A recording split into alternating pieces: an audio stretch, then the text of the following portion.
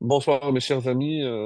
Voilà, on s'est réveillés tous avec une mauvaise nouvelle et on est évidemment tous touchés par ce qu'on a entendu, donc le décès de plus de 20 soldats en une fois, la journée la plus meurtrière qu'on ait connue. Et évidemment, on va dédier ce cours et les brachot que l'on fait toujours, les Ilou Nishmatam, pour l'élévation de l'âme de ces tzadikim qui donnent leur vie pour nous protéger et que Hachem les accueille en son sein, vraiment dans le Gan Eden. Ils sont morts al Kiddush Hachem pour protéger la terre d'Israël, le peuple d'Israël, et vraiment que ces Neshamot puissent intercéder en faveur de tous leurs compagnons ici-bas pour qu'ils soient protégés et qu'ils mènent à terme cette guerre. Une guerre, on va le voir un petit peu avec la paracha. Est-ce qu'on peut comparer cette guerre à Amalek, puisqu'il sera question dans cette paracha, à la fin de la paracha, de la première attaque de Amalek, alors que c'est vrai que la paracha commence aussi par une guerre avec Paro, et on va voir quelle différence il y a, puisque dans la première, avec le pharaon, nous, on n'intervient pas, on ne fait vraiment pratiquement rien, alors que pour la guerre contre Amalek, on va voir que Hachem, et Moshe dit, Bechar lanu anashim, c'est Yahushua qui va choisir des hommes. Donc, sur quels critères il a choisi ces hommes et qu'est-ce qu'il faut pour que ces hommes puissent vaincre Amalek. En sachant que c'est une guerre, pardon, c'est une guerre qui se poursuivra jusqu'à la venue du Mashiach, contrairement à celle de l'Égypte, qui, ma foi, une fois qu'on est sorti, la preuve, la Torah n'en veut pas à Pharaon. C'était comme ça que c'était prévu, et on ne peut pas en vouloir encore aux Égyptiens, alors que les termes utilisés pour Amalek sont extrêmement durs. Ça, c'est dans un premier temps, et c'est pour ça que je voudrais avant tout, comme on le fait d'habitude, essayer de comprendre le titre. Pourquoi? Parce que le titre est un petit peu étonnant. Vahi Beshalach Paro, lorsque Pharaon a envoyé. Alors, on sait très bien que c'est Hachem, par l'intermédiaire de Moshe et surtout les dix plaies, qui ont fait que le Pharaon est laissé sortir. Mais on ne peut pas dire que c'est Pharaon qui les a renvoyés. Donc, qu'est-ce qui se cache derrière? Et il y a une très belle explication, à savoir que même le Pharaon a compris lui qui était extrêmement matérialiste, qui était un vrai idolâtre, et il a compris qu'il y avait une raison supérieure. Vahi Beshallah, vous avez raison. Il y a quelque chose qui dépasse notre matérialité, notre façon de voir le monde, et c'est vous les Juifs qui avez raison. Donc allez-y et poursuivez, écrivez l'histoire de l'humanité. Donc, c'est lorsque les forces qui s'opposent à nous se rendent compte de leur erreur, et c'est ça le début de la paracha, et c'est ça le titre, Béchalach Paro. C'est eux qui nous envoient. Dans un autre contexte, et c'est le Rabbi Lubavitch, dans une sira très longue et très belle qui explique qu'est-ce que ça veut dire. Évidemment, c'est de la chassidoute, mais nous avons tous en nous un pharaon. Et qu'est-ce que ça veut dire qu'on a tous un pharaon? C'est les traits les plus matérialistes qui existent en nous. Donc, n'oublions pas, et on va le voir malheureusement, qu'il y a incompatibilité, même si on l'a déjà dit, mais on va y revenir encore une fois, parce que j'aimerais dire deux mots, même si les années précédentes, on a touché à un petit mot concernant cet épisode de l'eau amère où Hachem demande à Moshe de prendre un arbre, et de le jeter. Évidemment, on va déjà commencer à voir le lien. Pourquoi, qu'est-ce que c'est cet arbre? Et il y a pas moins de cinq opinions pour définir de quel arbre il s'agissait. En tout cas, une chose est certaine, c'est qu'il fallait qu'il soit amer. C'est pour ça que certains vont dire qu'il s'agissait des zaïd, c'est-à-dire d'un olivier, qui, on le sait, les branches sont extrêmement amères. Alors, pour nous montrer que de la mer, plus de la mer, puisque cette eau était amère, donc peut sortir quelque chose de doux et c'est ce qui va se passer. Alors, on va voir avec Abravanel, par exemple, qu'est-ce que c'est le sens profond de cette épreuve. Donc, ils viennent de sortir et il manque d'eau. Comment on peut imaginer que Hachem leur fait traverser une telle épreuve? On est en plein désert, nous sommes à Nissan, donc il fait extrêmement chaud. Comment laisser toute une population sans eau? Alors, qu'est-ce qui se cache derrière? Est-ce que c'était une sanction? Et c'est ce qu'on va voir, évidemment, avec Abravanel.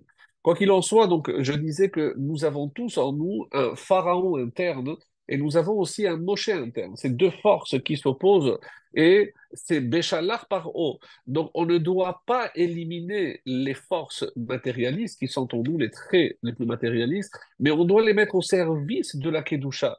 Et c'est comme ça que le rabbi dit dans une sira, c'est transformer le matérialisme de la réalité en une force agissant pour la Kedusha, comme j'ai dit, pour la sainteté. Et c'est ça qui va hâter la Géoula. Puisque nous verrons dans la suite de la paracha, on va traverser la mer Rouge. C'est ça qui va provoquer tous les miracles auxquels on va assister dans cette paracha. Comme on va le voir également, on va dire que Moshe, de quoi s'est-il occupé? Et c'est peut-être aussi, c'est quoi ce Moshe intérieur que nous avons? C'est Moshe s'est occupé d'une seule chose, des Atzmot Yosef, des ossements de Yosef. On avait évoqué ce terme très étonnant, puisqu'on dit que les tzadikim, eux, ne pourrissent pas. Alors pourquoi on parle d'ossements? Et les rachamim, mais surtout la chassidoute, dit non, c'est pas atzmot, c'est atzmut, c'est l'essence. Et qu'est-ce que c'est l'essence de Yosef? Moshe a saisi l'essence de Yosef et pour essayer de la transmettre, et c'est ce que nous devons essayer aussi de faire. Et qu'est-ce qu'il a fait Yosef? Finalement, l'essence de l'esprit de Yosef, c'est transformer le paysage, la réalité, des fois la plus sombre, en une demeure qui convienne à la divinité. Comme il a fait quand il était dans le puits, quand il était jeté par ses frères. Donc, même la situation la plus sombre ne l'a pas fait sombrer, lui. Il a toujours trouvé les forces pour se hisser. Et c'est ce que, aujourd'hui, notre Moshe intérieur devrait nous aider à faire. Même lorsqu'on croit qu'on traverse une période difficile, c'est au contraire trouver l'énergie, les forces pour au contraire nous hisser. Et c'est comme ça qu'on va permettre à la divinité, comme on va le voir d'ailleurs dans la fin du livre de Shemot, de quoi va-t-il traiter? De la construction du Mishkan. Et qu'est-ce que c'est la construction du Mishkan? C'est faire résider la divinité ici-bas sur terre. C'est évidemment le but. Alors, pour revenir donc à la différence entre ces deux guerres, il y a une étude très intéressante qui est faite par le Rav Rivlin dans Yudé Paracha, Abraham Rivlin, qui fait une étude extrêmement intéressante. Donc, je vais évidemment la résumer parce que ce serait très long, c'est plusieurs pages, mais il évoque quelque chose de vraiment très, très intéressant. Alors, il dit qu'est-ce que ça veut dire Bechar lanu anashim? Choisis-nous des hommes, choisis-nous. Comment je choisis? Alors évidemment, il y a plusieurs opinions et l'une d'elles, on avait déjà évoqué, je crois, dans un autre contexte, et on en avait parlé, on en reparlera certainement à Purim, c'est qu'il fallait que ce soit des hommes qui ne soient pas soumis à des astres astrologiques, des signes zodiacaux, pardon. Pourquoi? Parce que on sait qu'il y a 12 signes zodiacaux et qu'il fallait que les combattants contre Amalek soient nés en Hadar 2. Pourquoi? Parce que comme il y a deux Hadar, donc il n'y a pas de signe du zodiaque, et comme ça, Amalek n'a pas d'emprise sur eux. Et qu'est-ce que Amalek, lui, a choisi comme combattant? On dit qu'il a choisi ceux qui étaient nés en ce jour. Pourquoi? Parce qu'ils avaient, eux, une croyance que celui qui combattait le jour de son anniversaire, il ne pouvait pas mourir le jour de son anniversaire, il était protégé. Alors, est-ce que c'est la sorcellerie ou autre? En tout cas, on voit que la guerre contre Amalek, c'est une guerre d'une nature, encore une fois, qui ne relève pas du naturel, comme on va le voir tout à l'heure, on va voir que qu'est-ce que Amalek voulait au peuple juif, pourquoi ils viennent et ils attaquent les plus faibles. Et qu'est-ce qu'ils cherchaient? Qu'est-ce qu'ils cherchaient donc à conquérir? Comme l'expression qui est utilisée souvent, ils voulaient refroidir le bain. Qu'est-ce que ça veut dire? Refroidir notre élan. Ils ont vu que nous étions prêts à suivre Hachem et tout leur but, c'était au contraire, justement, de nous freiner. Et d'ailleurs, comme on va le voir, et la phrase qui est utilisée dans la Torah pour désigner Amalek, c'est Reshit Goyim à Amalek. Amalek est considéré le Reshit, le début des nations. Et si je prends les initiales, Reshit Goyim Amalek, c'est Resh, Gimel et Aïd, Rega. Réga, c'est un instant. C'est-à-dire, comment il nous attaque? Il dit, attends, pourquoi tu vas faire ça maintenant? Attends un peu, pourquoi tu t'empresses? Et donc, c'est tout le contraire, justement, de ce que la Torah nous enjoint à faire, que lorsqu'une mitzvah se présente, je dois m'empresser à la faire. Et Amalek essaiera par tous les moyens de nous empêcher d'y parvenir.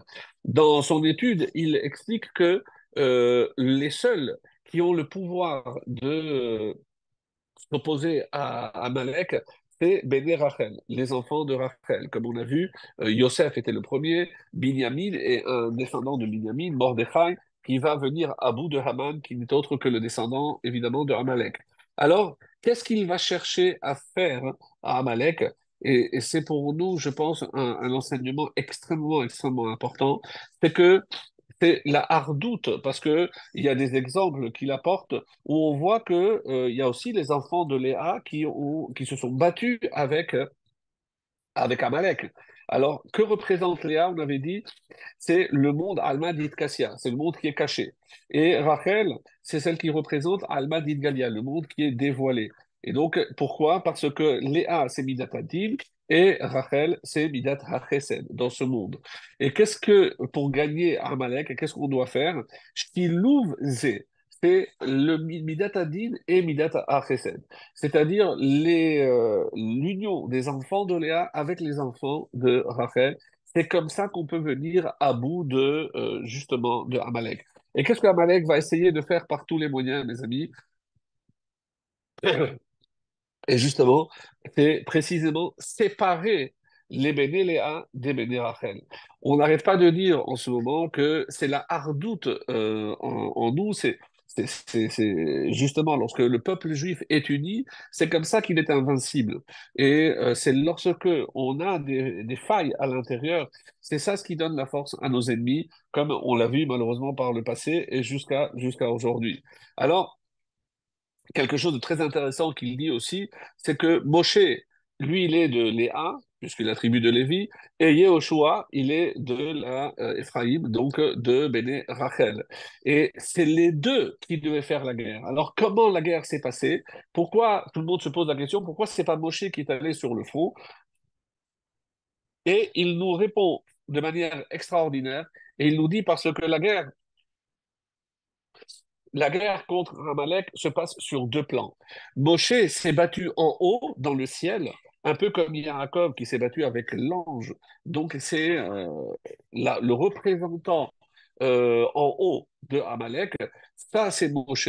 Et c'est représenté évidemment par la Emouna, par la prière. C'est pas qu'il faut aller en haut faire la guerre, mais tout ce qui est représenté par ce qui se trouve dans les mondes supérieurs et ce qui nous relie avec Hachem, c'est ça ce que Moshe représente. Et évidemment, en même temps, on peut dire aujourd'hui, c'est tous ces étudiants qui étudient la Torah, ben, eux incarnent Moshe, c'est-à-dire eux, ils sont dans une sphère spirituelle.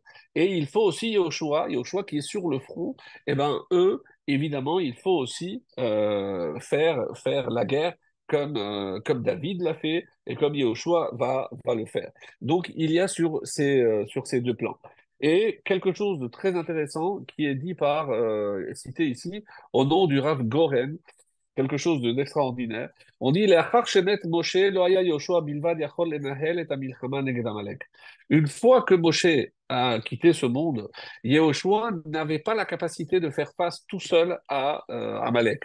"U'le'achar Moshe Rabbeinu hayta zot izabnut yechida le'achar shte kochot gam yachad." Il s'est présenté une seule fois, une occasion où on aurait pu venir à bout de Amalek.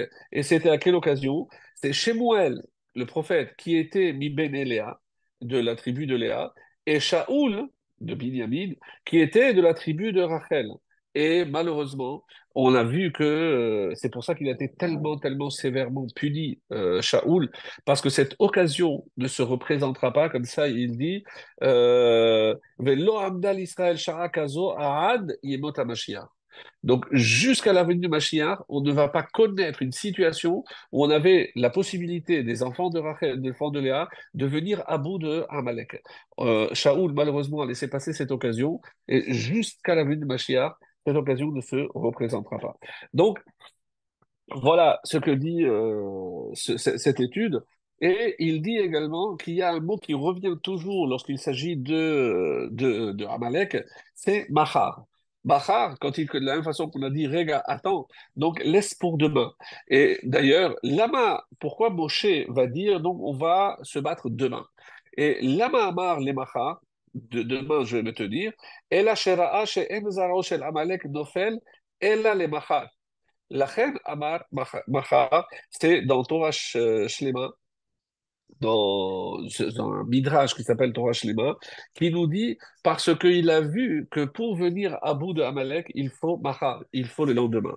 Où est-ce qu'on va le voir aussi, mes amis? On va y revenir évidemment avec un peu plus de détails. C'est pour la Megillah, où le roi Achashverosh demande à Esther, qu'est-ce que tu demandes? Elle dit, si le roi veut bien, demain je dirai ce que je veux. Mais dis maintenant, il est là avec de bonnes dispositions. Non. Elle a compris de Moshe que quand on doit venir à bout de Amalek, il y a justement Macha. Donc ne pas se précipiter et après, comme il dit, les Moudim hem Amalekim lilkot beyom Amacha. Parce que on ne peut frapper le Amalek parce que comme il se prépare le jour où il nous attaque, on ne peut pas les vaincre, mais le lendemain, on peut les vaincre. C'est ce que nous a appris Moshe, et c'est comme ça que il va dire. Alors, comme on l'a vu avec Esther. C'est Ilachem Amalek Macha. C'est ce qu'il dit, donne comme ordre à Yehoshua. Amilchama Hazo. Et l'explication simple. Pourquoi Macha? Parce que sache, Yehoshua, que cette guerre ne va pas se terminer maintenant. C'est qu'elle va se poursuivre, pas demain, mais c'est-à-dire jusqu'à la fin, jusqu'à venue du Mashiach. Enanik Meret, cette guerre ne se terminera pas. Comme Yaakov, il a voulu s'asseoir, il va lui s'installer, alors il a eu tous les problèmes qui sont survenus. Tzadikim evakshim leshem beshalva, mal Akadosh Baruch Hu. Akadosh Baruch Hu leur a dit quoi, ça ne vous suffit pas, que vous avez déjà le monde futur? Non. Il faut aussi traverser ici des difficultés, c'est ce qu'il va lui dire. Et comme il a prié aussi, David a prié en disant, Beshuv Hashem et Shiva Tzion ayinu kecholmim, et c'est Kol Chayhem Shel Tzadikim, Hem, et c'est un jeu de mots qu'il fait, Cholmim, ils rêvent, mais c'est les mêmes lettres que Lochamim. C'est ils se battent.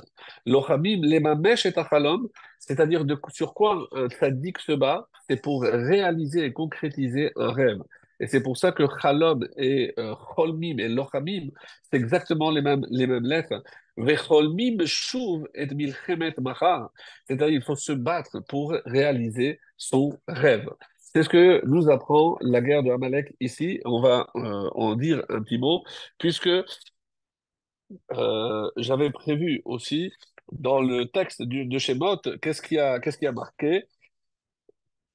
À la fin, il lui dit, Ketov zot zikaron sefer, écris ça dans le livre pour que tout le monde le sache. Vesim beozne Yoshua, place dans les oreilles de Yoshua, et il fait une promesse. Ki macho emche et zecher Amalek, parce que j'effacerai le souvenir de Amalek, bitachat hashamayim, de dessous le ciel. Yad al kes ka milchama lachem ba'amalek midor dor. Et on voit ici, comme les Chachamim l'expliquent, que le mot kes est manquant, il manque le aleph, c'est qui c'est, et yud ke, alors qu'il manque vav ke, et c'est pour ça que la guerre n'est pas finie. Et dans Devarim 25, il y a marqué dans la paracha de Kitetse, Zachor et Asher Asalecha Amalek Baderech Vetzetrel Misraim, Asher Kalecha Baderech, rappelle-toi ce qu'il t'a fait, c'est le texte que nous lisons justement avant la fête de Pourim. Alors, lorsqu'on va voir justement les obligations qui nous concernent, la guerre contre Amalek, on a ici obligations. Trois obligations.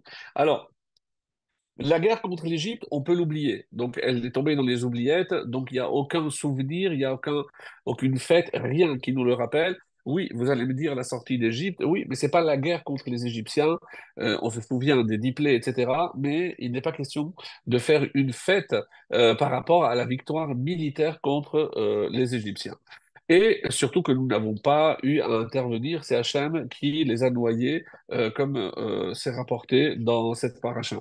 Alors, Et par contre, lorsque Amalek vient, donc dans la paracha de Kitessé, on dit qu'il y a trois obligations.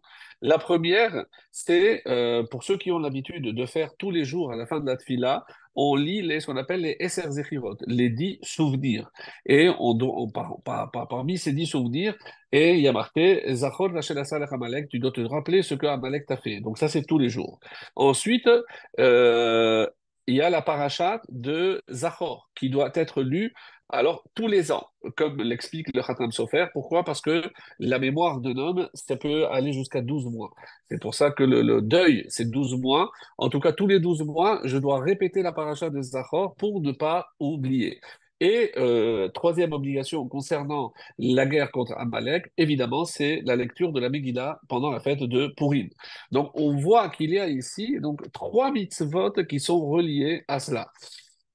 Maintenant, si on essaye de comprendre, et quand on voit par exemple le Sefer HaMitzvot de Ramban, qu'est-ce qu'il dit? Tivanu, liskor masheasa, velisno to bechol et vaet. Et on doit le haïr, donc on doit le détester.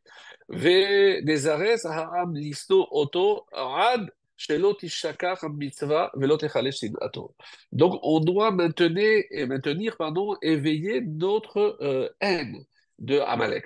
Alors, évidemment, vous allez me dire, oui, mais depuis Sancheriv, nous savons que les peuples ont été mélangés et de toutes les façons, on ne sait pas aujourd'hui qui est Amalek.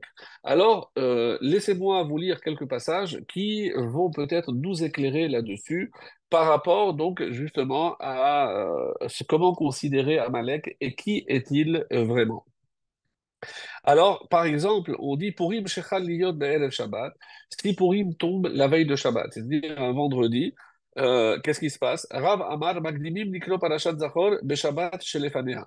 Donc, à ce moment-là, donc on va lire Parashat Zachor le Shabbat d'avant.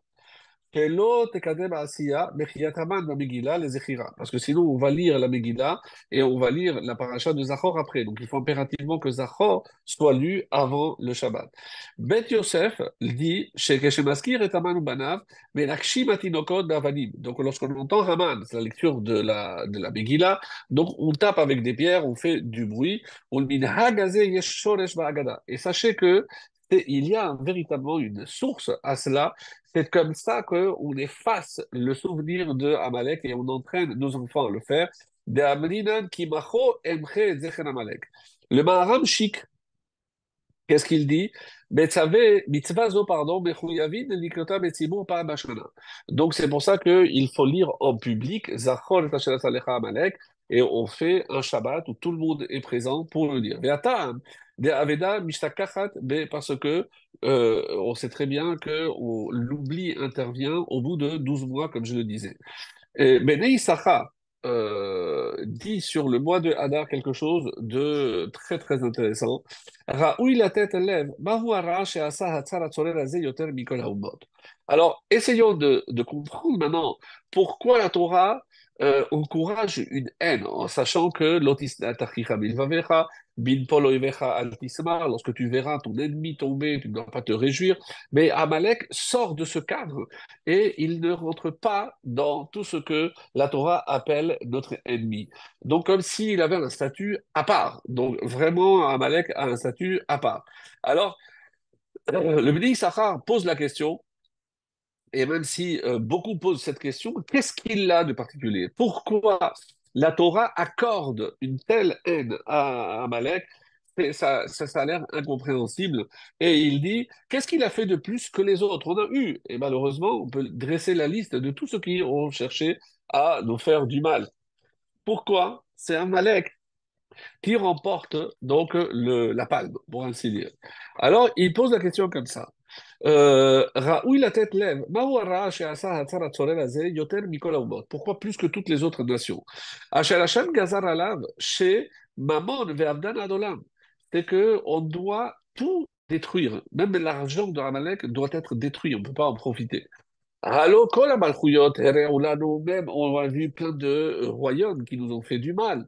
Veyoter ve'inu Kol Hayamim, Dayo, ve Kol Hagamim Kulmusim, même si on transformait toutes les mers en encre. Et tous les agamim en moussim et avec des plumes. Et Afshar Lirtov Kol Hatzarot, comme ça il parle, on peut pas, ça suffirait pas pour écrire tous les malheurs que nous avons connus de la main de nombreux pays, de nombreux royaumes. ואף על פי כן, et malgré tout, לא נגזר עליהם שבמון עולם. Et c'est le seul où il est question de détruire définitivement, que Moshe Nixar à la Tarazé, comme pour Amalek, ça n'existe nulle part. Nulle part on a vu comment la Torah traite Amalek. Alors, parmi les explications, et c'est comme ça que Abravanel, par exemple, il va expliquer qu'est-ce qui pousse un pays à faire la guerre à un autre. Alors, il donne plusieurs cas. Évidemment, c'est pour territoire. Évidemment, c'est pour une hégémonie. Donc, il y a toujours de bonnes raisons de faire la guerre avec un autre pays limitrophe, parce que je vais agrandir mon royaume, peu importe. Mais lorsqu'on arrive à Malek, il n'y a rien de tout ça. Lorsque il est venu nous attaquer, justement, et c'est comme ça que Abravanel répond. Alors, nous, on aurait pu dire qu'il vient pour agrandir son territoire. Mais non, puisqu'il est marqué Baderer, il nous a surpris dans le chemin. Donc, il n'est pas venu nous attaquer chez nous. Deuxième, c'est si alors il a peur qu'on va conquérir son territoire. Mais qu'est-ce qui a marqué? Mais c'est très Misraïm, on vient de sortir d'Égypte, on est allé nulle part, donc c'est pas justifié. Encore troisième réponse, Imasu milchama mitgalubo. Si effectivement on avait eu des échanges, mais on n'a attaqué personne, donc c'est lui qui s'est jeté sur nous. Va y avoir Amalek, va il lachem. Donc il est venu, donc c'est pour ça qu'il dit Asher Kalecha Baderer. Il t'a trouvé par hasard sur le chemin, donc c'est pas toi qui es venu l'attaquer en premier. Et enfin, Ba'avun hadat shechoshev sheimtzachem be'enei Elokav. Alors est-ce que c'est par rapport au fait que et c'est pour trouver grâce à ses yeux qu'il faut, d'après sa religion, nous effacer. Alors il y a marqué Lo yare Elohim. Donc, d'après une explication, qui ne craignait pas Dieu, nous, le peuple juif, quand on est sorti, on n'avait pas tellement de mérite. Comme on le dit dans la Haggadah, on est sorti dénudés, on n'avait pas de mérite, on n'avait pas de mitzvot. Donc, il n'avait rien à craindre de notre part parce qu'on n'était pas au mieux de notre forme, on va dire, spirituelle. Donc, tout ceci pour nous dire, mes amis, que la nature de Amalek, elle ne s'en prend pas à ce que nous avons, mais elle s'en prend à ce que nous sommes. Et c'est ça toute la question qu'il faut évidemment bien intégrer, que quand quelqu'un s'en prend pas à notre façon de voir le monde, pas à notre terre, parce que si c'était le cas, eh ben, on a déjà proposé. Si vous voulez, on va partager. Donc vous voulez aussi une terre, alors on va. Mais ils ne veulent pas. Ils ne veulent pas de juifs sur la terre d'Israël. Donc aujourd'hui, c'est facile à définir où est Amalek. La vérité, c'est qu'il est partout. Puisque si on voit la haine qui s'est déchaînée dans toute l'Europe contre les juifs et même aux États-Unis, dans les universités, mais on a vu le vrai visage de Esav. Et ça, évidemment, donc on a beau dire que c'est Ishmaël, ici, sur la terre d'Israël, mais regardez Esav, Rabbi Shimon Bar Yochai il a dit, Halacha à Esav, sonné Yaakov. Et ça, c'est quelque chose d'irrationnel. Donc, ce n'est pas parce qu'on lui a pris quelque chose. Oui, on aurait pu remonter parce qu'on a pris le premier, le droit d'aînesse, etc. Mais on est très très loin de ça aujourd'hui, mes amis. C'est que notre simple existence, eh ben, ça dérange. Ça, pardon, ça, c'est Amalek. Ça, c'est comme ça que je comprends que la guerre contre Amalek n'est pas rationnelle. Et c'est pour ça que chaque fois que j'essaierai des moyens rationnels pour venir à bout de cette guerre, mais je me plante complètement. Donc là, qu'est-ce que la Torah nous enjoint à faire? Si on est convaincu que c'est Amalek, et c'est ce que la Cour suprême internationale a vous dire, oui, mais vous prenez la destruction entière. Oui, bien sûr que oui, parce qu'ils mettent en danger notre existence. Et c'est notre droit de se défendre. Et si nous l'a identifié à Amalek, eh ben, la seule réponse, la seule façon d'en finir, c'est ce que la Torah nous enjoint de faire. Et est-ce que c'est peut-être comme ça, on va hâter les temps messianiques? Eh bien, pourquoi pas? Pourquoi pas? Parce qu'on sait que personne, personne ne nous aime. Et on l'a vu, donc cette guerre a en tout cas montré le vrai visage de tous ceux qui se disaient nos amis, et c'est peut-être pour une très très bonne raison. En lanu leisha'en ela ala kadosh baruch Hu. Parce que notre seul soutien est, était et restera jusqu'à la fin à Kadosh Baruch Hu. Donc on ne peut compter sur personne, sur nous-mêmes, mais surtout sur l'aide du ciel. Et c'est pour ça qu'on n'arrête pas de dire qu'Hachem protège nos soldats parce que ils luttent pour le peuple juif, pour la survie du peuple juif. Et comme on a vu des miracles avec les Maccabim, ce sont nos Maccabim aujourd'hui. C'est le peuple juif qui est en danger. Et ça, je pense qu'aujourd'hui, tout le monde, même les juifs de la diaspora, l'ont bien bien compris que cette guerre est la guerre du peuple, de toutes les nations contre le peuple juif. Est-ce que c'est Gog, Magog? Moi, je ne m'avancerai pas là-dessus, mais en tout cas, les enjeux sont clairs et je pense qu'on doit tous prendre conscience de cela. Alors, mais quelle est l'autre arme de Amalek? On le sait, c'est la guématria de Safek, c'est-à-dire le doute. Est-ce que c'est justifié? Est-ce que, et on commence nous-mêmes ici en Israël à douter, est-ce que c'est justifié de provoquer tellement, d'engendrer tellement de souffrance dans la population gazaoui? Est-ce que c'est justifié les attaques? Est-ce que c'est justifié? Ça, mes amis, c'est la meilleure preuve que c'est Amalek, parce que qu'il nous fait douter. Et je pense qu'une des meilleures leçons qu'on peut donner à nos enfants, c'est quand tu grandiras, ne te pose jamais la question est-ce que je dois faire ceci, est-ce que je dois faire cela? Non. La vraie question qu'on doit se poser, c'est comment. Comment je dois faire ceci, comment je dois faire cela. La différence, c'est que comment je dois faire, je sais que je dois le faire, et maintenant je vais trouver les moyens de le faire. Mais si je me pose la question, Raïm, est-ce que je dois faire ceci? Eh bien, sache que ça, c'est Amalek qui rentre, et Amalek ne te laissera rien faire. Et c'est ça, l'arme de Amalek, qui instille justement ce doute. Et malheureusement, c'est dans tous les domaines. Quelqu'un qui veut faire teshuva, il s'arrangera pour le faire douter de ceci. Et on voit, malheureusement, c'est que lorsque les gens commencent à faire teshuva, ils commencent à connaître des épreuves terribles. Justement, c'est ça la véritable épreuve. C'est que tu crois que maintenant que tu fais teshuva ou quelqu'un qui se convertit, eh ben, tout va pour le mieux dans le meilleur des mondes. Non. Maintenant, on va voir, on va faire le vrai test. C'est maintenant qu'il se passe. Donc maintenant, tu as suivi, tu as toute la théorie, c'est magnifique. Mais où on va mettre à l'épreuve ta émouna, c'est lorsque tu auras évidemment des difficultés. Et on revient à ce qu'on disait par rapport à Yosef. C'est que justement, et c'est ça, je pense, la plus belle des leçons, c'est transformer la réalité la plus sombre en une lumière, justement pour faire résider la lumière divine. Et qui peut le faire, ça? Eh bien, c'est celui qui traverse une période sombre, c'est-à-dire nous, le peuple d'Israël, comme on va le voir à la fin de ce livre, où on va construire cette résidence pour la lumière divine. Alors, qu'est-ce qu'il nous reste à faire, mes chers amis? Alors, il faut avancer et surtout ne pas chercher à tout comprendre. Et parce que c'est vrai qu'on a des questions et attention à ces questions parce que des fois je conditionne mon avancement à la compréhension, à la réponse à une question que j'ai. À la question comment je dois faire, j'ai une réponse. Voilà, commence à faire ceci, commence à faire cela. Mais si je dis est-ce que je dois faire ceci, est-ce que je dois mettre les tefilines, est-ce que je dois respecter Shabbat, est-ce que je dois faire plus la tzniut, est-ce que ça c'est pas une question. Ça ne demande pas une réponse. Est-ce que je dois faire? Mais bien sûr que tu dois le faire. C'est quoi cette question? Donc la question n'a pas lieu d'être, mes amis.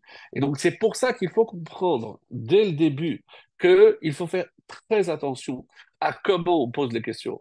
La question, encore une fois, n'est pas est-ce que je dois faire, mais comment je dois faire les choses.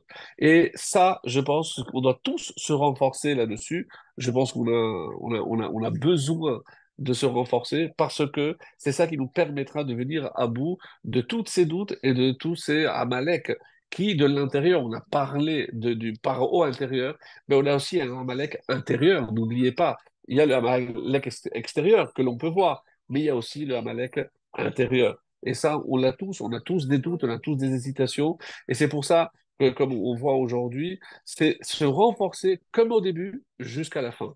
Donc la même motivation, ne pas baisser les bras. Yesh et Elot. Donc c'est sûr qu'on a des questions. Aval, en, sefekot. Voilà la phrase qu'il faut retenir, mes chers amis, pour cette première partie.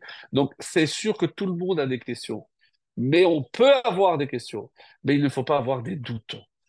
Ça, c'est catastrophique. À des questions, il y a des réponses. Comme ce garçon qui a posé une fois une question à son père qui n'a pas su répondre. Il a dit, papa, mais si tout a un début, une fin, qui c'est qui a créé Dieu? Il a dit, écoute, mon fils, c'est une très bonne question. Alors peut-être que tu dois poser la question au Rabbi Lubavitch. Et le Rabbi Lubavitch a pris très au sérieux cette question. Et voilà la réponse qu'il a donnée. Ce jeune s'appelait Elhanan Cohen et on a une traduction de l'anglais parce que c'est une question qu'il avait posée. Kibalti et mirtavecha. J'ai reçu ta lettre et tu veux en savoir plus sur Hachem. Alors, il donne 3 points. Et ces 3 points, c'est valable pour cet enfant, mais c'est valable pour tous les adultes, mes chers amis. Premier point. Haratzon shel yeda kazeh hu kamuvan raoui leshvach. C'est évidemment que vouloir savoir, c'est très louable. Velachel, ma mère David, ora, livno Shlomo. C'est pour ça que le roi David a dit à son fils Shlomo, Da et eloke avicha ve'avdehu belev shalem. Tu dois connaître Hachem et le servir de tout ton cœur. Donc ça, c'est une mission. On doit évidemment servir Hachem. Ah, yesh zman matim lekol davar. Mais sache qu'il y a du temps qui est propice à chaque chose. Donc maintenant, tu ne dois pas chercher des réponses à ces questions. ובינתיים, הדבר הכי חשוב הוא להתרכז במילוי המצוות ובלימוד התורה שלך. Ah, alors comment tu auras un jour les réponses? Commence par faire, commence par étudier. Ou bebo azman, tedaber ya namore, et ou alors après, peut-être que dans ton étude, tu auras les réponses. Sinon, lorsque tu te feras rave, eh ben, s'il te reste des points pas clairs, tu pourras à ce moment-là poser la question. Mais sur quoi il insiste? C'est que on ne doit pas attendre une réponse pour commencer à avancer. Avance, fais ton devoir. C'est ce qu'il dit. Tu as des questions, c'est très bien, avance. Mais parce que les doutes ne te font pas avancer. Et enfin, troisième point, En tzorech le'atzbi'a al kach she'aseder b'kiyum mitzvot hu na'aseh lifnei nishma. Et attention, n'oublie pas que, et je vais revenir sur ça, que na'aseh ve'nishma. Qu'est-ce que ça veut dire? Na'aseh, c'est d'abord tu dois faire. Ve'nishma. Donc, il ne faut pas conditionner l'action par à la compréhension. C'est pas parce que je comprends que je fais quelque chose. Parce qu'à ce moment-là, je ne le fais pas parce que Dieu me l'a ordonné, mais parce que pour moi, c'est quelque chose de logique. Et c'est pas ça. In mechukotai telechu. Si vous allez d'après mes lois, mais c'est quoi chukotai? C'est une loi irrationnelle. Ce qu'attend, Hachem nous attend, c'est là, sur ce point-là, sur les choses irrationnelles. Et on va revenir maintenant à Mara avant de terminer sur tout Bishvat. Alors, qu'est-ce qui s'est passé à Amara, mes amis? Alors, Abravanel nous dit, qu'est-ce que c'est juste après la traversée de la mer Rouge? Comment imaginer une telle épreuve alors qu'on vient d'atteindre les sommets incomparables? On a vu ce que même le plus grand des prophètes, Yéhezkel, n'a pas vu, Yéhezkel Ben Bouzi. Donc, comment imaginer qu'ils vont manquer d'eau? Alors, à quoi c'est dû? Alors, Abravanel pose la question et il dit qu'ils ont eu 3 jours sans eau. Et comment c'est possible? Alors, Ravenu Hananel essaye de répondre en dit non, c'est pas 3 jours sans eau. Ils ont eu pendant ces 3 jours, et 2 premiers jours, ils ont eu de l'eau, mais ils étaient angoissés parce qu'ils savaient qu'il n'y avait pas assez d'eau pour le troisième jour. Bon, ça peut passer. Et le Kliakar dit non. Et il donne une réponse très, très longue, mais que je résume parce qu'elle est très belle. Et encore une fois, euh, si je rapporte ces enseignements, c'est parce que ça nous apporte à nous aussi quelque chose. On n'est pas en train de voir ce qui s'est passé avec nos ancêtres, mes amis, et je le dis souvent, et même si je le répète, c'est extrêmement important. Je suis vraiment désolé, j'ai du mal à parler, mais bon, on va essayer d'avancer. Le Kliakar dit que ça fait partie de Mida Keneged Mida. Pourquoi? Mesure pour mesure. Mais qu'est-ce qu'ils ont fait? Donc c'est une punition. Oui, Dieu les a privés d'eau. Mais pourquoi? Qu'est-ce qu'ils ont fait? Alors il dit comme ça, Hitakevu yoter midai beyam souf. Je tiens à rappeler, qu'est-ce qui s'est passé sur le bord de la mer des Joncs? Et ils avaient peur. Donc, qu'est-ce qu'il a fait, Hachem? Il a demandé à la mer de rejeter tous les cadavres. Et c'est pour ça, où ils ont vu, ils ont cru, Vayaminu Bachem, comme on le lit dans la Shira. D'ailleurs, ce Shabbat, je rappelle que ça s'appelle aussi Shabbat Shira, à cause de ce cantique extraordinaire qu'est la traversée de la mer Rouge. Il y a aussi le miracle de la manne. Je rappelle qu'il était bon de lire aujourd'hui, donc le troisième jour de la semaine, le mardi, c'était bien de lire pour la Parnassa. Bon, ça fait partie des ségoulottes. Quoi qu'il en soit, ici, qu'est-ce qui fait dire aux Kliyakar qu'ils ont mal fait? Parce que le terme qui est utilisé, Vayassa Moshe, il les a fait voyager. Qu'est-ce que c'est Vayassa? C'est comme s'il a dû les tirer en avant. Il ne voulait pas bouger. Imaginez qu'il voyait, chaque fois qu'il y avait un carrosse, un cheval, il voyait des pierres précieuses. Donc, c'était sans fin. Parce que chaque fois, il y avait de nouveaux chars, de nouveaux chevaux, et il se jetait pour récupérer toutes ces pierres précieuses. Alors, vous allez me dire, mais qu'est-ce que dans le désert, on a besoin d'une telle fortune? Ils sont déjà sortis avec une fortune colossale. On parle de 90 ânes chacun pour porter les richesses. Alors, bon, est-ce que c'est vraiment au sens littéral? Est-ce que Hamor, on avait déjà vu que c'est Homer, que c'est la matérialité? Et pourquoi 90? Bon, ça, c'est un autre thème. En tout cas, ici, on voit que Moshe a dû les forcer. Comment tu peux imaginer une chose pareille? Parce qu'ils se sont laissés entraîner par la matérialité et à accumuler des richesses. Mais à quoi ça te sert? Alors, cette question, vous ou nous, on se la pose aujourd'hui. Ben, aujourd'hui, on sait quoi faire avec. On peut acheter une maison plus grande, on peut aider nos enfants, on peut changer de voiture, on peut changer le frigo. Oui, on a besoin d'argent. Oui, aujourd'hui, on peut imaginer. Mais dans le désert, quelle était la raison? Quelle était la raison? Surtout qu'il devait s'empresser, parce que comme Moshe leur avait annoncé, il s'apprêtait à recevoir la Torah. Mais vous n'êtes pas pressé de recevoir la Torah en sachant que le monde ne tient que par la Torah et que si c'était la bonté divine pendant 26 générations, le monde n'aurait pas existé et on vous attend que vous terminiez de ramasser vos pierres précieuses. Alors, je vous prive d'eau. Et en maïm, la Torah, on sait que la Torah, c'est aussi de l'eau. Donc, vous vous êtes occupé des pierres précieuses, vous avez abandonné ma Torah, alors la Torah qui est comparée à l'eau, vous aussi, vous allez manquer d'eau maintenant parce que vous ne voulez pas la Torah. Et Vayasa, Kacher, et chaque fois qu'il y a un certain laxisme dans l'étude de la Torah, dans la pratique des mitzvot, on voit que ça entraîne inéluctablement un malheur pour Israël. Donc maintenant, on essaye de comprendre c'est quoi la réparation. Qu'est-ce que Hachem a demandé à Moshe de faire? Alors maintenant qu'on se trouve devant une source, mais dont l'eau est amère, qu'est-ce qu'il lui dit de prendre? De prendre Aetz, de prendre un arbre. Alors, dans le Midrash Rabbah, oui, il y a juste quelque chose de très beau qui est dit par nos Chachamim. Euh, Qu'est-ce que vous remarquez que pourquoi la Torah est comparée à quelque chose d'amer? Parce qu'au début, c'est difficile. Quelqu'un qui n'a jamais étudié la Gemara, il ne comprend pas le fonctionnement, il ne comprend pas les mots, il ne comprend pas comment faire le lien, comment on passe d'un thème à l'autre, quelle est la ligne conductrice, etc. Donc, on est perdu. Oui, mais c'est ça. Donc, à la première difficulté, on peut laisser tomber, on peut baisser les bras.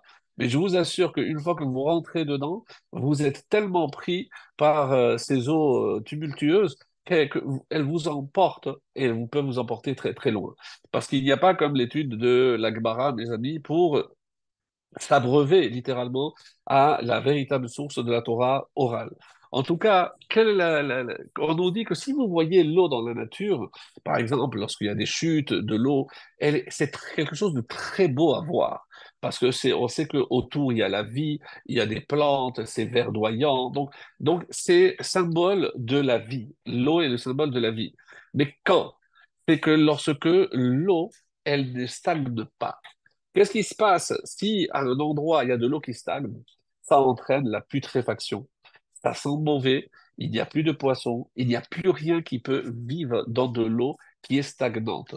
C'est-à-dire, il faut comprendre que dans la Torah, si on n'avance pas, c'est pas qu'on recule, mais on perd tout ce qu'on a gagné. Et c'est ça l'image qui est très belle ici, c'est quand l'eau coule, alors nous aussi, on peut avancer. Et c'est ça, évidemment, le but de l'étude, c'est de ne pas stagner et d'avancer. C'est comme ça qu'il faut voir. Par exemple, vous avez tous connu ce phénomène. La première fois que vous prenez un bébé, vous le mettez dans l'eau, il hurle de peur, mais une fois qu'il est à l'intérieur, il ne veut plus sortir. Il tape, il joue et il crie quand vous le sortez. Donc c'est un petit peu comme ça. La Torah, c'est ce phénomène. Et tous les parents devaient être conscients de cela. C'est que même si ça paraît difficile au début pour nos enfants, mais c'est l'eau à laquelle tout le peuple juif doit et devrait s'abreuver, c'est évidemment la Torah Kedosha, la Torah orale. Alors, je reviens maintenant à ce que dit le Midrash Rabbah, Tanchuma et Mechita, plusieurs Midrashim nous disent quel type de d'arbre c'était. Alors, il y en a qui disent que c'était la harava, d'autres l'olivier, l'autre hardoufi, c'est un arbre, une plante qui est venimeuse. Donc, même les animaux ont peur de ça parce que c'est très, très amer et ça peut perforer l'estomac. Et après, il y en a qui disent que c'était Ena ou Rimon. Quoi qu'il en soit, c'est un arbre amer. Il fallait impérativement que ce soit amer. Et pourquoi? Parce que il fallait que quelque chose d'amer aille dans la mer et pour le rendre doux. Et pourquoi? Pour que l'on comprenne que Hachem dirige ce monde selon sa logique à lui.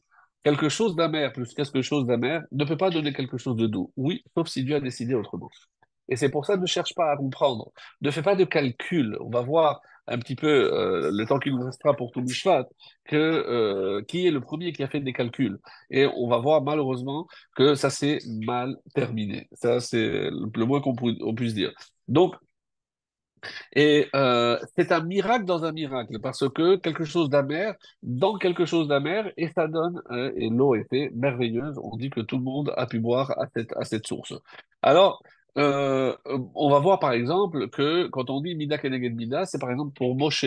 Quand il s'est rebellé un petit peu à la fin de Shemot, lorsque il a dit depuis que je suis venu, mais Az Bati El Paro, depuis que je suis venu, ça a empiré. Et alors, il a fauté par Az, il a réparé par Az. Az Yashir Moshe. Donc, on voit que la Torah cherche toujours à réparer par rapport à l'origine de la faute. Alors, Tosfot Hachalem, c'est là encore, c'est une source qui n'est pas très très connue, mais j'ai trouvé que c'était très beau. Donc, on dit que Moshe, il a trouvé un tselem en bois, il a trouvé une idole. C'est l'arbre d'Azara. Il a trouvé cette idole et il a jeté. Et pourquoi? Qu'est-ce qu'il fait dire? Parce que Aretz, c'est 160 et Telem, c'est aussi 160. Donc, il a jeté l'arbre d'Azara. Donc, lorsque je mets cette force de Avodazara au service d'Hachem de la Kedusha, ça peut donner quelque chose de bien. Hakol itkalkel bigla Tselem, tout ça a été abîmé à cause de Tselem, et c'est parce qu'il y avait ce Tselem que l'eau est devenue amère. Et comment Moshe va réparer? En jetant justement ce Tselem dans l'eau. Alors, il a marqué là-bas, Sham Nisahu, là-bas Dieu l'a mis à l'épreuve. Et si vous regardez Rashi, là on a reçu, c'est, on va dire, le premier avant-goût de Matan Torah. Donc à Matan Torah, on va recevoir toute la Torah à travers les 10 commandements, mais ici on va recevoir d'une manière formelle les Sheva Mitzvot Ben Noach, les 7 lois Noachides, et en plus le Shabbat, les dinim instaurés des juges. Certains disent que ça fait partie des 7 lois noachides. Kibud Avahem, le respect des parents, et Para Adouma, et la vache rousse. Alors, ici, il faut comprendre quelque chose. Quand le sage, dans la Haggadah, il demande Ma Eduyot, Hachukim et Amishpatim. Donc, il sait qu'il y a plusieurs catégories. Et qu'est-ce que c'est Eduyot? Ça vient témoigner de ce que Dieu a fait pour nous. Ça, c'est le Shabbat. Qu'est-ce que c'est les Chukim? C'est la Para Adouma, c'est irrationnel. Et les mishpatim, des lois logiques, c'est évidemment le kiboud av vaem. Alors, Qu'est-ce qui nous coûte le plus à comprendre? Bien entendu, c'est le chok.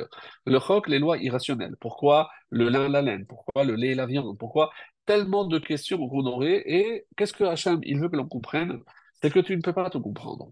Et c'est peut-être pour ça que quand on va voir ici, qu'est-ce qui est le plus difficile pour quelqu'un? D'abord, c'est les Foukim. Il y a aussi une question qui restera éternelle et à laquelle même Moshe, malheureusement, a été confronté. C'est laquelle? Tzaddik verarlo. Un tzaddik qui a des soucis. Alors, il peut avoir une maladie, il peut avoir... Ça fait partie des choses. Comme les Hukim, où on n'a pas de réponse. Pourquoi? Comme le Rizal ne manquera pas de le dire, ça fait partie évidemment des Gilgulim, il y a des réponses, bien entendu. Mais on ne peut pas prétendre tout comprendre et il ne faut pas s'évertuer à chercher des réponses là où Hachem t'a dit, c'est comme ça et pas autrement. Alors, puisqu'on a parlé ici de Hetz, j'aimerais maintenant sauter à, euh, à la Toubishvat, qui parle aussi de Hetz, de l'arbre. Et pourquoi de l'arbre? Bnei Issachar, on a déjà cité, pose une question extraordinaire.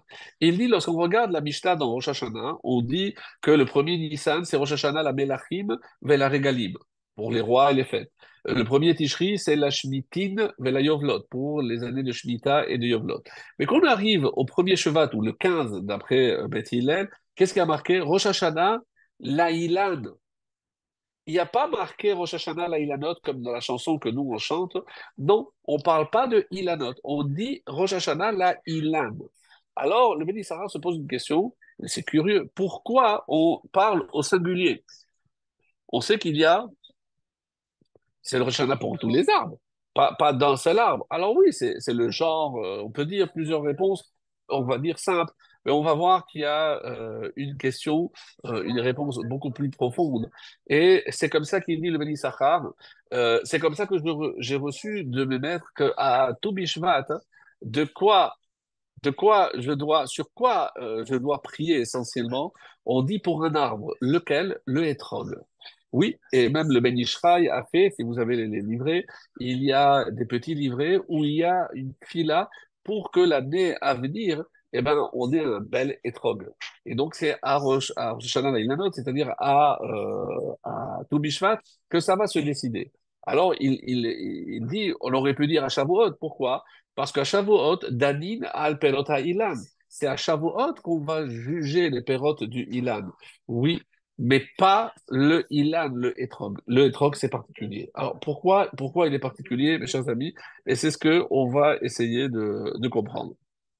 Alors, une des coutumes, puisqu'il n'y a pas beaucoup de halachot, comme vous le savez, même le seder de manger 15 types de fruits, 30 types de fruits, avec écorce, sans écorce, avec noyau, sans noyau, bon, ça vous regardez tous les livres, sur tous les minhagim, toutes les coutumes, mais qu'est-ce que la halacha dit? Dahagu shelo lipol al pederem. Ce jour-là, on ne fait pas tachanudim. Bon, ben, on va être content parce qu'on va gagner quelques instants, mais c'est tout ce qui est marqué. Le Shem Nishmuel dit que si jamais il y a un khatan qui se marie, eh ben, à Tou Bishvat, il ne jeûne pas. Et à Rosh Chodesh, oui, il jeûnerait. Alors c'est assez curieux. Comment je peux expliquer que Tou Bishvat aurait un degré supérieur à Rosh Chodesh? Alors, c'est ce qu'on va essayer de voir. Euh, Donc, un Khatan, mais Rosh Chodesh, oui, il jeûne. Et pour tout Bishvat, eh ben, il reposera, il reportera son jeûne et il le fera plus tard. Alors, quand on voit que les coutumes, c'est manger 30 types de fruits, euh, et même le Harizal n'a pas dit grand-chose. On dit que c'est le seigneur du Harizal, mais le seul qui nous a transmis vraiment une étude magnifique sur tout Bishvat, c'est son élève. Son élève, c'est-à-dire Rabbi Haïm Vital. Tout ce qu'on a aujourd'hui sur le Seder et tout ce que le Harizal faisait, On le sait grâce à ce que nous a laissé comme écrit Rabbi Haïm Vital. Et lui dit, Mori, mon maître, il mangeait des fruits, 30 types de fruits. Alors, il mangeait évidemment pas une pomme entière, une banane entière, non, juste pour goûter, parce qu'il s'efforçait toujours de goûter au moins 30 sortes différentes. Alors, qu'est-ce qu'on fait en mangeant? Qu'est-ce que ça apporte? Pourquoi la seule coutume qu'on va garder aujourd'hui à tout Bishvat, c'est de manger des fruits? Alors, on dit que c'est Yafé Besharata. Pourquoi? Parce que c'est bien de faire les choses en leur moment.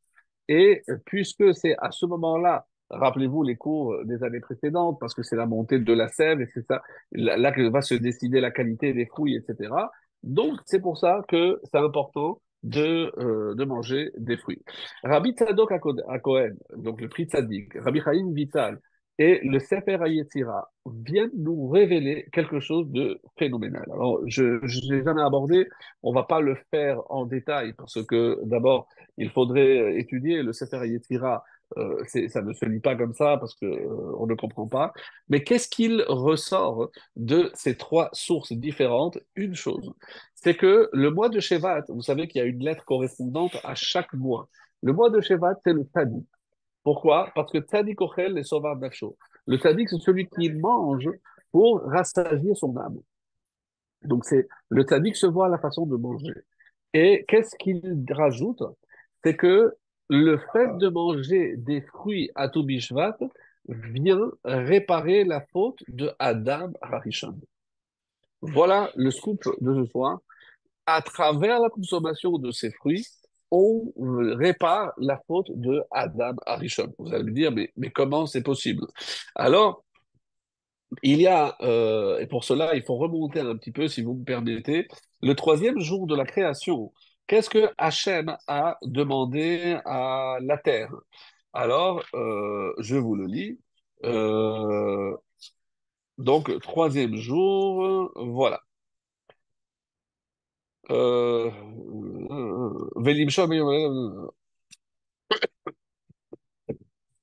Pardon. Je vais vous lire directement en français. Va yomer Elohim. Dieu a dit, Elohim a dit, que la terre soit couverte de verdure, herbe, semence, arbre, fruit. Aet peri. Arbre, fruit, faisant un fruit selon son espèce, qui est en lui sa semence sur la terre. Et, qu'est-ce qui a marqué? Vayichen. Et ce fut ainsi. Attention. Et là, c'est quelque chose sur laquelle on s'est jamais arrêté, mes chers amis. Mais Vaïchem, ça voudrait dire que ce que Dieu a demandé, ça s'est réalisé. Mais quand on va voir la suite,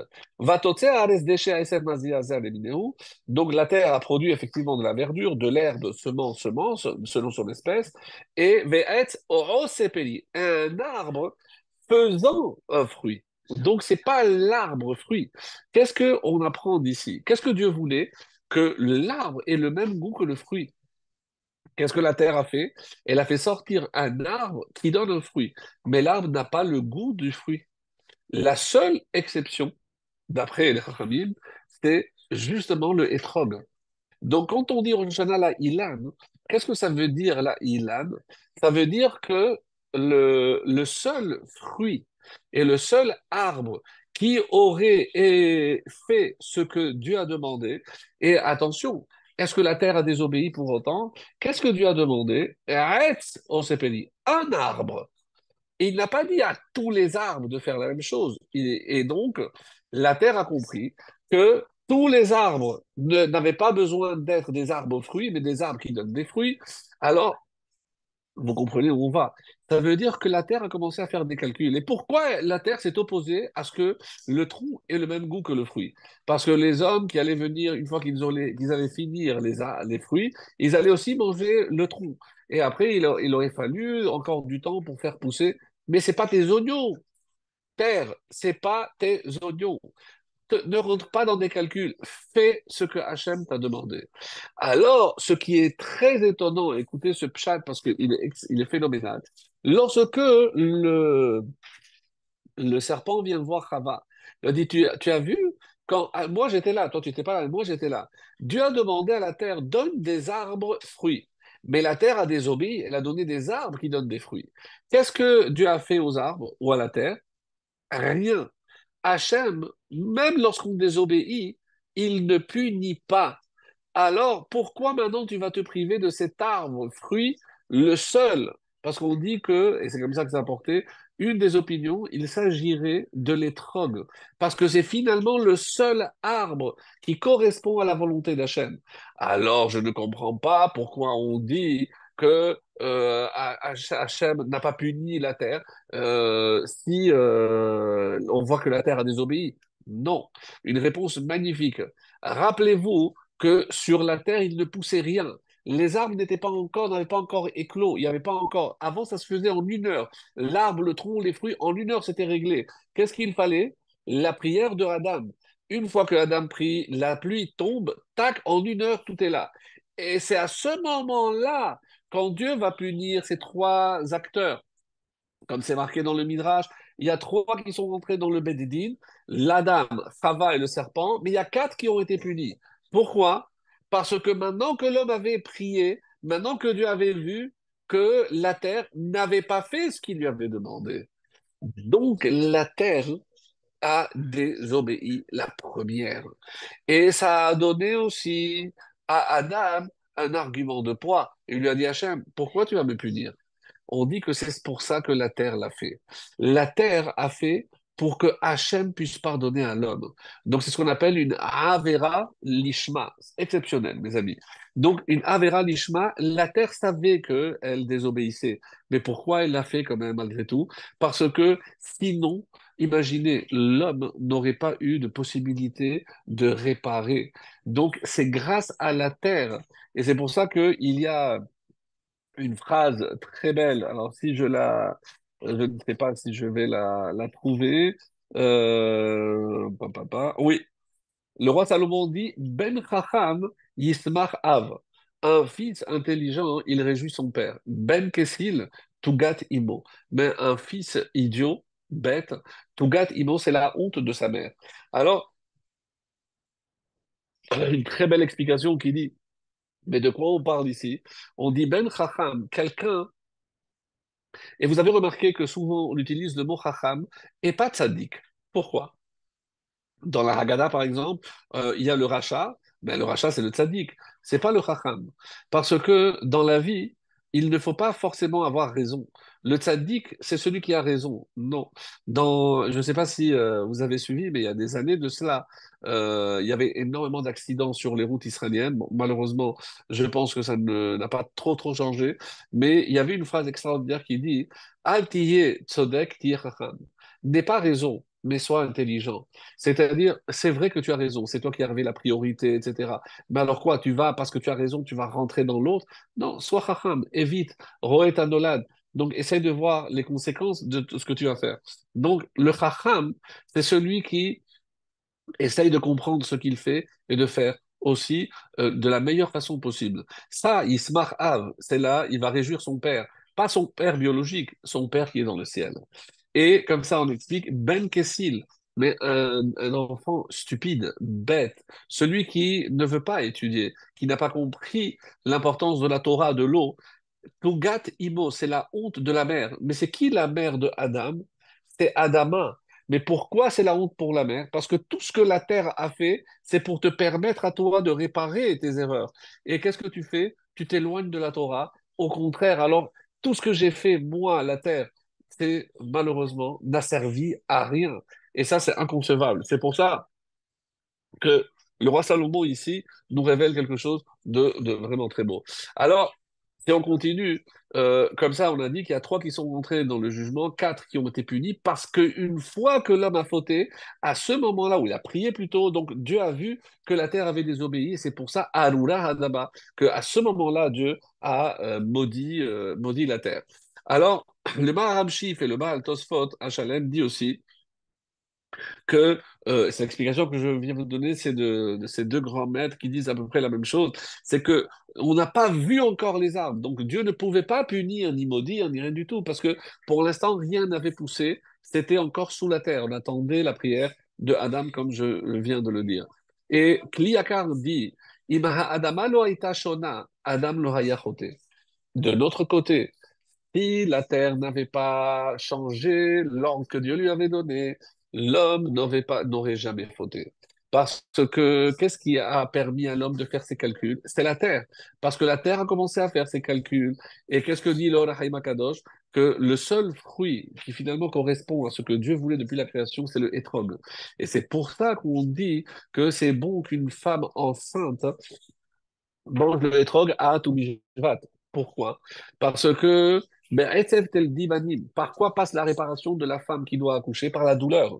Ça, c'est suite à la faute. Mais maintenant, si je dis qu'à Toubishvat, c'est la réparation de la faute, donc c'est aussi la faute de Chava. Et donc, à ce moment-là, lorsqu'elle va goûter le hétrog, qui est le fruit parfait, eh ben, c'est pour ne pas avoir à souffrir lors de l'accouchement.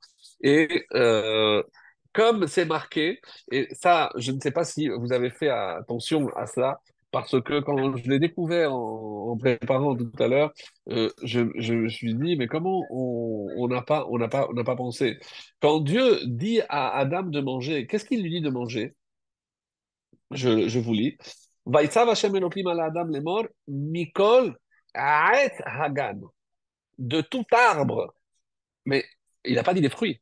Il a dit l'arbre. Parce que jusqu'à ce moment-là, Hachem était convaincu que l'arbre était comestible. Et quand Chava va fauter, après, qu'est-ce qu'on va voir? Umiperi ha'etz asher betoch hagan amar Elohim betochelu. Umiperi ha'etz. Il n'y a jamais de fruits. C'est toujours l'arbre dont il est question ici. Et vatere ha'isha kitov ha'etz lema'achal. Les amis, il n'est pas dit qu'elle a vu que les fruits étaient beaux, comme on a tendance souvent à traduire. Pas du tout, regardez le texte. Elle a vu que le fruit, que l'arbre était bon. Comment? Parce que l'arbre avait le même goût. C'est le seul qui restait. Et c'est pour ça que, pour ceux qui disent que c'est le hétrog, ils apportent ces preuves-là. Vechita avala enaim, leaskin, etc. Donc, ça, c'est pour moi un chidouche que la faute ici de Adam, c'est finalement de faire des calculs. Donc, quand il s'agit, et vous comprenez pourquoi, ça va très bien ce qu'on avait vu avec Mara, où Hachem, ce que nous demande, c'est d'aller, et comme ça, d'ailleurs, c'est marqué que lorsque Dieu a créé l'homme, il l'a créé Yachar. Dieu a créé l'homme Yachar, c'est-à-dire droit. Et c'est ce qu'il attend de lui, c'est que, il soit capable de garder cette droiture pour mériter le nom de Yisraël. Puisque dans Yisraël, les trois premières lettres, c'est évidemment Yachar. Et le serpent lui a dit, regarde, la terre a fauté et n'a pas été punie. Tu peux manger et rien ne t'arrivera. Tu n'as rien à craindre. Comme c'est marqué dans Bechukotai. Qu'est-ce qu'il y a marqué dans Bechukotai? Vezacharti et beniti Yaakov, vechet beniti Yitzhak, vechet beniti Abraham, eskor, veta haaretz eskor. Je me souviendrai de l'alliance de Yaakov, de l'alliance d'Yitzhak et même de l'alliance d'Abraham. Ve'af et haaretz eskor. Et pourquoi la terre? Qu'est-ce que la terre vient faire ici? Imavot Kaele, comment on peut expliquer qu'avec Abraham, Isaac et Yaakov, comme patriarches, avec des gens d'une stature mais surhumaine, colossale, comment l'homme, les descendants peuvent fauter? Ah, j'ai oublié, parce que vous provenez de la terre. Et comme dit le Ruiskouni, que Adam, Yesodom et Afar. L'homme vient de Afar, comme on dit, mais Afar, comme tu es venu de Afar vers Afar Tachouv. Et tu es venu de la poussière et tu retournes à Afar, à la poussière. Donc, ça, c'est en quelque sorte la terre de laquelle donc, on a été créé. Adam, Sheba, me Afar, Lo Yachol. Pardon. Un homme qui vient de la terre ne peut pas éviter de fauter, parce que si la terre a désobéi et que lui est fait à partir de cette terre, eh ben, il est évident que lui aussi est appelé à fauter, parce qu'il a été créé avec un matériau, la terre, qui elle aussi a fauté.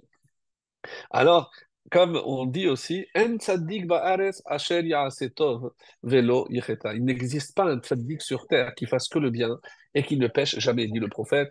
Donc, et pourquoi? Pourquoi c'est inéluctable? Pourquoi on doit fauter? Pourquoi on ne peut pas être parfait? D'abord, on ne cherche pas la perfection, cela va de soi. Mais ici, comme le Chizkoun, il dit que le avon shel ha'ilanot yochelu et ha'etzim lo tikansi lecheshbonot shamayim. Donc c'est ce qu'on a envie de dire et c'est ça ce qu'on doit apprendre de ces arbres. Tu ne peux pas rentrer dans des calculs. Donc si Hachem il a dit de faire ça, tu dois faire comme ceci. Non, la preuve, Imberukota, on a dit, c'est on ne demande pas que tu comprennes pour faire, et ça c'est évidemment Naasé Venishma. N'oublie pas que la grandeur du peuple juif, ce qui fait que nous sommes ce que nous sommes, c'est parce que on fait même sans comprendre. Et qu'est-ce que le Nachash a dit à Chava? Parce que je dis, regarde, Hachem bara et Adam yachar. En lecha, c'est le serpent qui lui dit. Je dis, mais quel mérite tu as? Parce que tu n'as pas du Yetzer hara. Mange le fruit, et quand tu pourras surmonter ton Yetzer hara, alors là, oui, tu mérites une récompense. Mais là, quelle récompense tu peux avoir en sachant que tu n'as pas de Yetzer hara? C'est ça, le Naaseh Venishma, Lo, lo osim cheshbonot. Et on va voir aussi où l'autre faute catastrophique pour le peuple juif, c'est Chet HaEgel. Justement, après, dans quelques parachiotes, qu'est-ce qui va se passer? Ils ont commencé à calculer, non, Moshe nous a dit de venir. Très bien, mais même si Moshe n'est pas là, il y a son frère Aaron. Qu'est-ce que c'est ces calculs? Il nous a dit, il manque 6 heures, etc. Dès qu'on rentre dans des calculs, mes chers amis, c'est la catastrophe. Donc, ce que Hachem demande, c'est d'être tabim, d'être yachar, ne pas chercher à savoir, ne pas chercher à calculer si Dieu a fait ça, c'est parce que ceci, parce que cela. Il faut être assez humble pour reconnaître qu'on ne comprend pas tout. Et c'est comme ça que c'est rapporté. Et on comprend maintenant pourquoi, quand à cause de la faute, eh ben, malheureusement, donc il y a la mort c'est l'impureté, et l'impureté de la mort, elle est justement nettoyé par les cendres de la vache rousse, la para adouma. Parce que tu ne comprends pas comment les mêmes cendres peuvent rendre impur quelqu'un qui est pur et purifier quelqu'un qui était impur. C'est pas logique. Oui, mais c'est ça la réparation. La réparation, c'est de d'accepter que tu ne peux pas tout comprendre. Et ça, malheureusement, on a du mal aujourd'hui à le faire. Et on comprend maintenant pourquoi Hachem lui dit Zrok Aetz, jette cet arbre-là, parce que c'est le tikkun. C'est le tikkun, et c'est comme ça que nous, maintenant, aujourd'hui, on va manger des pérotes.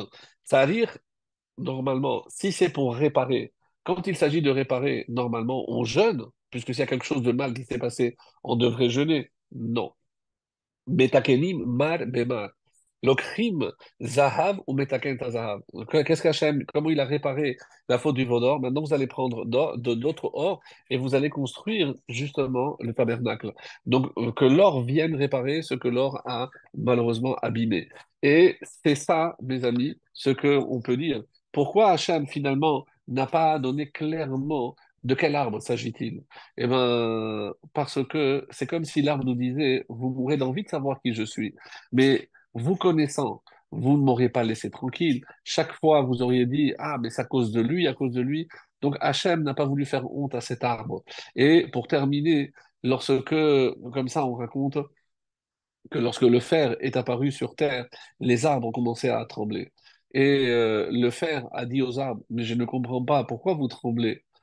Si aucun d'entre vous ne se prête pour être un manche pour ma hache, vous n'aurez rien à craindre. Et effectivement, on sait très bien que sans bois, il n'y a pas de hache. Des fois, et c'est ça ce qu'il faut se dire, c'est nous-mêmes qui nous faisons du mal et on ne peut pas accabler les autres toujours de ce qui nous arrive. Alors qu'Hachem nous donne le mérite de comprendre, d'avoir, de célébrer vraiment comme il se doit tout Bishvat. On ne comprend pas, mes amis, tout ce qui se passe en ce moment, mais on est convaincu que Hachem a des raisons. Nous, on doit continuer. Et rappelez-vous la question, comment? Comment je dois faire pour avancer? Pas si je dois avancer, Chas de Shalom, ça c'est Amalek. Nous, le peuple juif, c'est comme ça qu'on avance. On se pose la question, qu'est-ce que je peux faire pour aller de l'avant?